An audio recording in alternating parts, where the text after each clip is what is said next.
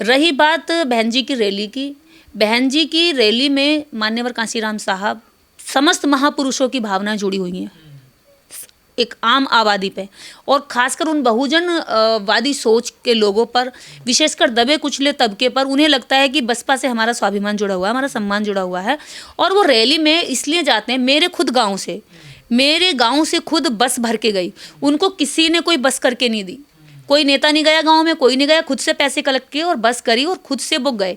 हमने भाई हमसे भी सहयोग मांगा, हमने भी सहयोग किया, ठीक है बस लेके जाइए, बहुत अच्छी बात है, घूम के आइए, लखनऊ भी घूम के आइए और पार्क देख कर आइए, कितना विशाल पार्क बना है। तो लोग अपनी मर्जी से स्वतः मान्यवर कांसीराम साहब के नाम पर, बहन जी के नाम पर स्वतः अपनी मर्जी से जाते हैं, भाड़े वाली भीड़ नहीं, वो स्वतः अपनी मर्जी से। केवल उत्तर प्रदेश से आह्वान हुआ था, उत्तर प्रदेश लखनऊ में रैली हुई थी, लेकिन उसमें अगर आप पब्लिक में देखते तो पंजाब के, हरियाणा के, मध्य प्रदेश के, बिहार के और यहाँ तक कि तमिलनाडु तक के लोग आए, जिनको मैंने दिल्ली में भी रुकवाया था। दिल्ली उनकी ट्रेन आई, दिल्ली से फिर वो लखनऊ गए। तो पूरे देश भर के लोग उस रैली में थे, और पूरे देश का जो दबा कुचला पिछड़ा शोषित वंचित समाज है, उसकी भावनाएं, उसके आत्मसम्मान को अगर जगाने का काम किया तो बसपा ने किया। इतनी ज्यादा भीड़ रैलियों में देखने को नहीं मिलती है जितनी भीड़ बसपा की रैली में इस बार हमें देखने को। देखिए, एक होती है आर्टिफिशियल भीड़, बुलाई गई भीड़, या उसको जुमले देकर, भाषण देकर या लालच देकर बुलाया जाता है। लेकिन मान्यवर कांसीराम साहब और बाबा साहेब के नाम पर आने वाले बसपा में लोग, ये किसी भी तरह के लालची लोग नहीं होते, ये बस स्वाभिमान चाहते हैं अपने सम्मान के लिए। भीड़ और फिर व्यवस्थित भीड़, कोई दंगा नहीं, कोई हंगामा नहीं, इनकी यही खासियत है, बहुजनों की खासियत यही है। जो SC ST OBC समाज है, ये इसमें संयम बहुत होता है, इसमें धैर्य होता है, ये धूप में भी खड़ा रह सकता है, ये 50 डिग्री टेम्परेचर में खड़ा रह सकता है, ये 0 डिग्री टेम्परेचर पर खड़ा रह सकता है, शांत रह सकता है। ये इतना शांत है कि ये सदियों से शोषण सह रहा है। आज ये उम्मीदों के साथ में किसी भी नेता को अपने देखता है तो उससे उम्मीद लगाता है कि मेरा शोषण ये खत्म करेगा। बसपा से इतनी उम्मीद है लोगों को कि सूखी रोटी, गुड़ लेके गए, अचार लेके, पानी अपने घर से ला रहे हैं, लोग आ रहे हैं, देखिए उसी खा रहे हैं। देखिए, मैं ये मानती हूँ, इस भारत के अंदर अगर दलितों को स्वाभिमान से जीने का किसी ने उम्मीद दी तो मान्यवर कांसीराम साहब ने दी, बाबा साहेब के बाद। और बाबा साहेब का जो मूवमेंट था, जो कहीं ना कहीं गति छोड़ रहा था, धीमा पड़ गया था, उस मूवमेंट को गति देने का जो काम किया वो मान्यवर कांसीराम साहब ने दिया। तो बाबा साहेब के बाद अगर किसी व्यक्ति पर ये समाज फैद करता है, भरोसा करता है, तो वो मान्यवर कांसीराम साहब का नाम है। और साहब के नाम से आप ये देखिएगा कि जिस कांग्रेस का पीढ़ी दर पीढ़ी लोग वोटर रहे, जब बसपा आई, कांसीराम साहब ने समझाया कि एक जूता सिलने वाला भी नेता बन सकता है। ये जो भावना लोगों में जाई कि ठेला चलाने वाला, रिक्शा चलाने वाला नेता बन सकता है, नाली साफ करने वाला नेता बन सकता है, तो वो क्यों ना उस व्यक्ति के नाम से जुड़ेगा, उस पार्टी से जुड़ेगा जिसके अंदर ये स्वाभिमान जागा कि नहीं, मैं हमेशा गंदगी नहीं उठा सकता, मैं हमेशा गरीब नहीं रह सकता, मैं अमीर भी बन सकता हूँ, मैं हमेशा पटे चिरड़े नहीं पहन सकता, मैं सूट बूट भी पहन सकता हूँ। तो ये जो सोच दी, ये विचार दिया, ये जो स्वाभिमान दिया, इस स्वाभिमान के चलते ये भीड़ है, गांव देहात दूर दराज से खुद स्वतः चल के आती है, इसको कोई लालच देने नहीं जाता। पर इस रैली में बहन जी ने ये कहा कि मैं पूरी ताकत लगा दूंगी इस बार। तो अच्छी बात है ना, लगाएं बहन जी ताकत। बहन जी इस देश के अंदर तीसरी राष्ट्रीय पार्टी हैं, और दूसरी बात यह है कि दलितों की सबसे बड़ी लीडर के नाम पे अगर कोई नाम गिना जाता तो सबसे फर्स्ट नंबर पे बहन जी का नाम आता है। रैली के बाद से 3-4 मीटिंग लखनऊ में हो गई हैं, तमाम नेताओं को निकाला जा रहा है। ये भी कहा जा रहा है कि जो एक्टिव लोग नहीं है या एक्टिव जिला अध्यक्ष नहीं है, जो निठल्ले, जो काम करना नहीं चाहते, उनको सबको बाहर निकाला जा रहा है। ये तो बहुत पहले होना चाहिए था, 2012-13 से होना चाहिए थे, तो बहुत लेट हो रहा है। यही बातें हम लगातार कहते रहे तो हमें गालियां खानी पड़ी। ये बात जो आज बसपा ये काम कर रही है, इन कामों के लिए हम बरसों से कह रहे हैं, पिछले 10-12 सालों से कह रहे हैं। आपके यहाँ गाजियाबाद है, यहाँ के जिला अध्यक्ष को हटा दिया गया, शमसुद्दीन राइन को निकाल दिया गया। देखिए, जो अनएक्टिव लोग हैं, दूसरी चीज जो ऐसे लोग हैं जो लोगों के दुख में खड़े नहीं होते, उनके साथ नहीं जाते, उनके दर्द में उनको सिंपैथी नहीं देते, उनके साथ संवेदनाएं व्यक्त नहीं करते, जो केवल वोट के लिए जाते हैं। जो सही बात तो यह है कि बसपा के कुछ नेता, कुछ कार्यकर्ता ऐसे हैं जो वोट के लिए भी दलित बस्तियों में नहीं जाते, कहते हैं जाएगा कहाँ, ये तो मरेगा मुड़ेगा यहीं पे आएगा। तो ऐसी सोच वाले जो कार्यकर्ता हैं या पदाधिकारी, उनको भी बाहर करना चाहिए, क्योंकि वो सोच सबसे घातक है वोटर के लिए। उनमें उम्मीद होती है कि मेरा नेता मेरे पास तक चल के आए। अगर आप उसके घर जाओगे तो वो अपने नेता को अच्छे से अच्छा खाना खिलाएगा, भले गरीब है। चलते हुए उस रैली में एक बात और ये कही गई कि बहन जी ने योगी सरकार की तारीफ करी। तो क्या जिस संक्षेप में बहन जी ने तारीफ करी थी, जिस व्यवस्था को लेकर तारीफ करी थी, क्या वो तारीफ करनी चाहिए ही बहन जी को, नहीं करनी चाहिए? देखिए, राजनीति के बहुत सारे गुप्त पैंतरे होते हैं, जहाँ राज छुपे रहे वही नीति सफल होती है। तो बहन जी के क्या राज हैं, क्या नीति हैं, ये बहन जी जानती होंगी। मैं इतनी बारीकी में मैं नहीं कुछ कह सकती कि बहन जी ने क्या सोच के कहा हो, क्या उनकी मजबूरियां हैं, क्या उन्होंने सोचा हो। बहन जी ने एक और वाक्य कहा, जिन स्थलों के लिए हमने जो व्यवस्था बनाई थी उस व्यवस्था को योगी सरकार ने बरकरार रखा, लेकिन सपा सरकार उस काम को नहीं कर पाई। ऐसे बहुत सारे पार्क हैं। मुरादाबाद का बुद्धा पार्क है, जो क्या कहते हैं नाम बदल दिया गया। कानपुर का पार्क था जिसके लिए उन्होंने जो है नाम बदलने की कोशिश की। ऐसे कितने सारे पार्क हैं जिनके नाम बदले गए, बुद्धा के नाम से, बाबा साहेब के नाम से। जितने उत्तर प्रदेश के अंदर अंबेडकर भवन थे उनको सामुदायिक भवन के नाम से बदल दिया गया। वहाँ पे जो है दवाइयाँ बट रही हैं, वहाँ बिल्कुल खंडर पड़े हैं, कब्जा छीन लिया लोगों से। तो ऐसा नहीं है। दूसरा बहन जी ने शब्द कहा कि भाई ब्राह्मणों का बहुत शोषण हुआ है, यहाँ तो हमें नहीं ब्राह्मणों का शोषण हुआ है। तो ये कितनी, बहन जी ब्राह्मणों के प्रति कितनी भी सॉफ्ट हो जाए, लेकिन ब्राह्मण इस जाति के प्रति सॉफ्ट नहीं होगा कभी भी। मैं मानती हूँ बहन जी, अच्छा मैसेज देना, अच्छी चीजें बोलना, ये अच्छे व्यवहार और अच्छी राजनीति का वो है, नैतिकता नहीं जानी चाहिए। कि ब्राह्मणों के एनकाउंटर हुए हैं तमाम तरह के, ये तो आरोप लगते हैं ना। ये जग जाहिर कहाँ है, कितने हुए, निकाल लीजिए ना लिस्ट। देखिए, केवल फर्जी आंकड़े जो मीडिया दिखाती है उनसे इतर आप सच्चे आंकड़े लाइए ना, कितने हुए हैं। अगर आंकड़ों की बात करें तो उत्तर प्रदेश के अंदर मुसलमानों के, यादवों के और इस तरह की जातियों के वो करे हैं। क्यों करे हैं? जो थोड़े थोड़े भी आर्थिक रूप से मजबूत हो गए हैं उनके घरों पर बुलडोजर चला दी गई है। देख कर एक तिवारी, जब एप्पल का एक मैनेजर मरता है लखनऊ में तो उसे 1 करोड़ रुपए दिया जाता है, उसकी बीवी को सरकारी नौकरी दी जाती है। लेकिन वहीं जब एक दलित मरता है तो उसको फूटी कौड़ी नहीं दी जाती है, उसकी एफआईआर तक नहीं दर्ज की जाती। हजारों केस ऐसे हो रहे हैं। तो मुझे बताइए कि अत्याचार फिर किस पे हो रहा, किसको अत्याचार मानेंगे? उसको जो अगर पेशाब भी कर देता तो उससे पेशाब चटवाया जाता है। एक कुत्ता जो धार्मिक स्थल पर पेशाब करके निकल जाएगा, ठीक है, लेकिन अगर एक बीमार बुजुर्ग का अगर पेशाब निकल गया तो उसको पानी से धोने के बजाय उसको चटवाया जाएगा। नेता का काम तो ये होता है ना, सब समाज का ध्यान रखना, सभी का। मैं नहीं कह रही हूँ, मैं बहन जी को कह रही हूँ, बहन जी बहुत अच्छी लीडरशिप कर रही है, सब समाज का ध्यान रखना चाहिए। मुझे मौका मिलेगा मैं सर्व समाज का ध्यान रखूंगी, क्योंकि लीडर माँ, पिता और एक अभिभावक की तरह होता है, उसके लिए सब समान होते हैं। लेकिन जिस तर्ज पे आप राजनीति चला रही हैं उस तर्ज में मान्यवर कांसीराम साहब ने जो एजेंडा बनाया था वो यही था कि 85 वर्सेस 15, क्योंकि 15 से सदियों से सताया गया 85% समाज पिछला रहा, दबा रहा। कौन कह रहा फेल हुआ? वही कहाँ, अरे पिछड़ा आएगा ना जब आप नेता लोग मिलेंगे, जब आपसी अंडरस्टैंडिंग बनाएंगे। जब पिछड़े नेता आपस में राजनीति कर रहे हैं, दलित नेता आपस में राजनीति कर रहे हैं, तो कैसे राजनीति आगे बढ़ेगी? देखिए, मैं एक बात मानती हूँ, अगर ब्राह्मण कांग्रेस में है, अगर ब्राह्मण बीजेपी में है, जैसे ही किसी पाखंडी को बचाने की बात आती है तो दोनों पार्टी के लोग एक हो जाते हैं, ठीक है। जैसे ही किसी अंबेडकरवादी को सजा देने की बात आती है तो दोनों पार्टी के लोग एक हो जाते हैं। किस बात पर? संस्कृति पर। तो 85% की संस्कृति अलग है और 15 की संस्कृति अलग है। तो जब संस्कृति छोड़ देंगे तो हम कैसे मुद्दे सफल हो पाएंगे? जब हम उनके मुद्दे ही छोड़ देंगे, जब हम कह देंगे कि भी हम सर्व समाज पार्टी बना रहे हैं, तो सर्व समाज में फिर लड़ाई किससे रह गई?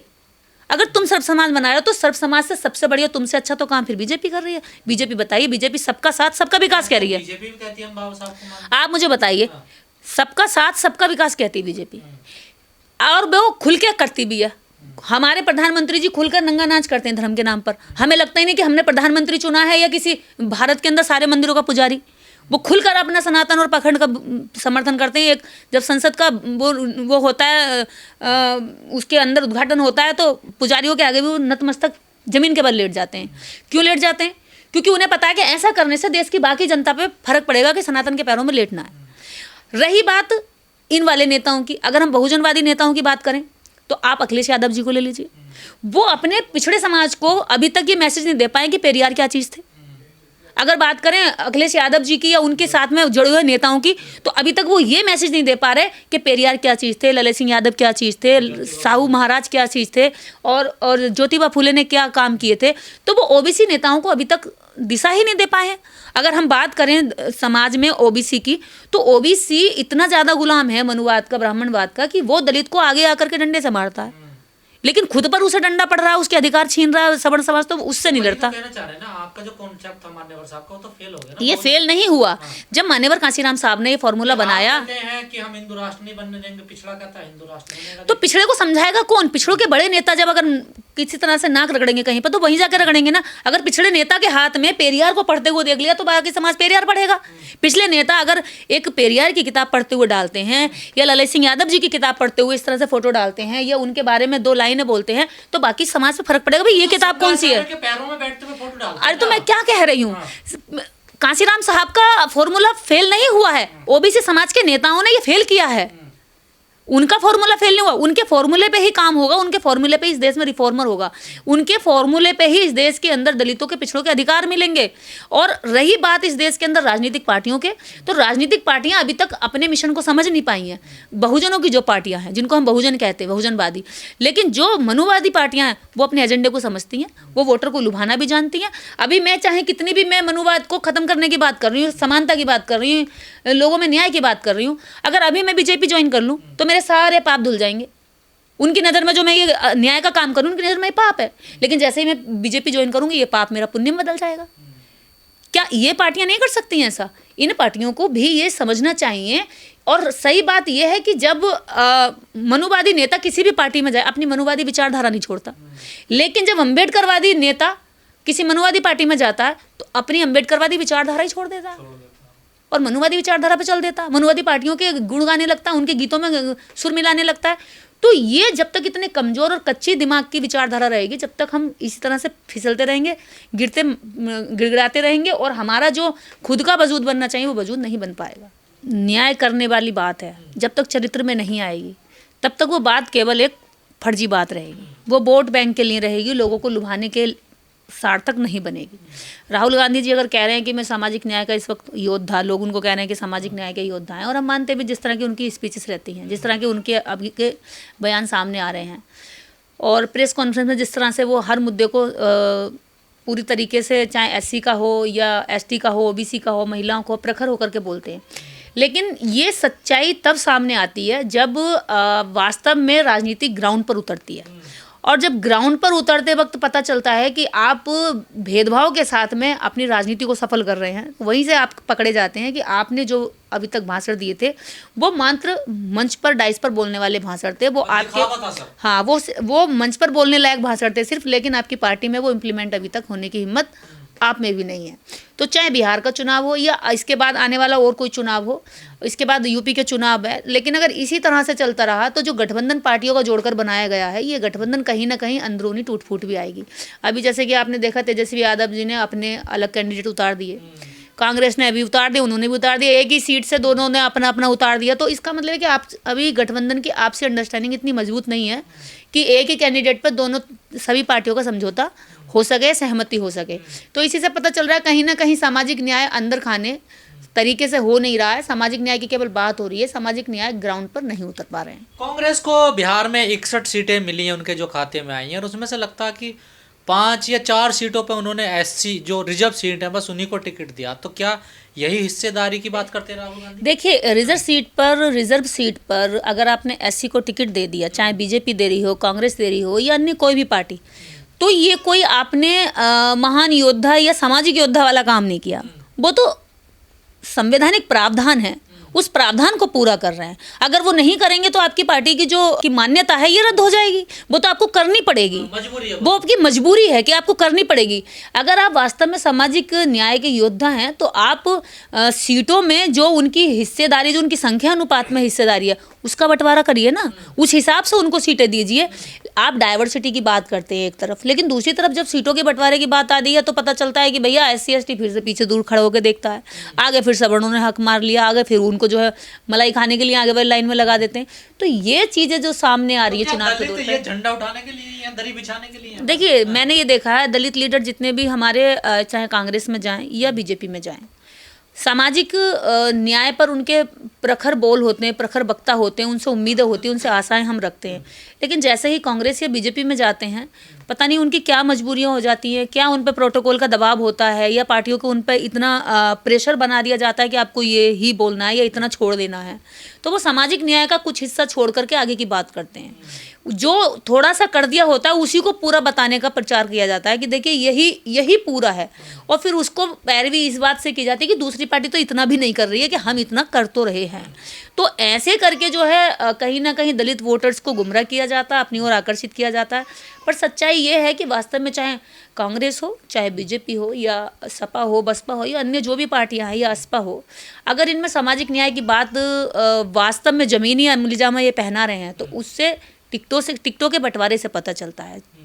और टिकटों के बंटवारे में अगर आप केवल एससी की सीट पर एससी को दे रहे हो तो ये सामाजिक न्याय नहीं हुआ, ये केवल संवैधानिक प्रावधान हुआ। लेकिन बिहार में मुसलमानों की बड़ी आबादी है, कहा जा रहा है उनके साथ भी धोखा कर रही है। बीजेपी तो टिकट देती नहीं है, लेकिन इंडिया गठबंधन भी वही कर रहा है, देखिए उनके साथ। देखिए बीजेपी तो खुलकर मुसलमानों के खिलाफ राजनीति चलाती है, वो मुसलमानों के खिलाफ ही उनकी पार्टी खड़ी है, वो हिंदुत्व पर खड़ी हुई पार्टी है, तो मुसलमान के एंटी एजेंडे पर उनका चलता है। लेकिन कांग्रेस को तो आज़ादी से अब तक मुसलमान जो है लाइक करता आया है, वोट देता आया है। अगर मुसलमानों के साथ हकमारी हो रही है तो ये मुसलमानों की भी एक बड़ी समस्या है कि वो अपने अधिकार के लिए बोलना नहीं जानते, वो चुप रहते हैं, सोचते हैं कि हाँ सब कुछ, क्योंकि उनका सबसे बड़ा मेन जो उनका कर्तव्य है या मेन उनका जो डर है वो ये है कि जो भी हमें बीजेपी से बचाएगा हम उसकी तरफ चले जाएंगे। मुस्लिम वोटर किसी भी पार्टी के प्रति इतना वो नहीं कि वो इसी का है, इसी के साथ रहेगा हमेशा, आज है तो कल भी रहेगा, परसों भी रहेगा। ओवैसी ये कह रहे हैं कि छल रही है ना कांग्रेस और आरजेडी, देखिए मुसलमानों के साथ धोखा कर रही है। ओवैसी एक इंटेलेक्चुअल लीडर हैं, मैं उनका सम्मान भी करती हूँ, लेकिन रही बात मुस्लिम वोटर की, अकेला मुस्लिम वोटर भी कहीं से सीट नहीं निकाल सकता, ये बात मुसलमान अच्छे से जानता है, और अकेले ओवैसी भी कहीं सीट नहीं निकाल सकते। हिस्सेदारी तो दी जा सकती है। हाँ, मैं हिस्सेदारी की अगर बात है तो ये हिस्सेदारी चाहे कोई भी पार्टी के अंदर हो, हिस्सेदारी अगर एससी की संख्या है तो संख्या अनुपात में उनकी हिस्सेदारी मिलनी चाहिए, चाहे बिहार हो या चाहे पूरा। सीएम बनने तेजस्वी यादव, तो क्या डिप्टी सीएम मुसलमान को नहीं बना सकते चेन्नई?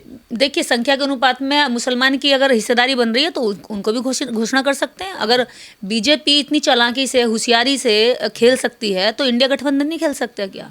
अगर देश के अंदर, अगर राज्य के अंदर आपको लग रहा है कि वोटर को वास्तव में आपको कुछ अपनी ओर आगे तक के लिए बांध के रखना है, केवल जुमलों के साथ या फर्जी वादों के साथ ये आप राजनीति नहीं कर रहे हैं, प्रैक्टिकल कर रहे हैं, तो प्रैक्टिकल के लिए आपको कुछ करके तो दिखाना पड़ेगा ना कि आप प्रैक्टिकल न्याय कर रहे हैं, आप प्रैक्टिकल जस्टिस कर रहे हैं। जब जस्टिस करने की बात है तो सबसे बड़ी बात ये है कि टिकट के बंटवारे पे आप जस्टिस करके दिखाइए, इसके बाद हमें लगेगा कि हाँ अगर आप सरकार में आते हैं तो आप आगे भी न्याय करेंगे।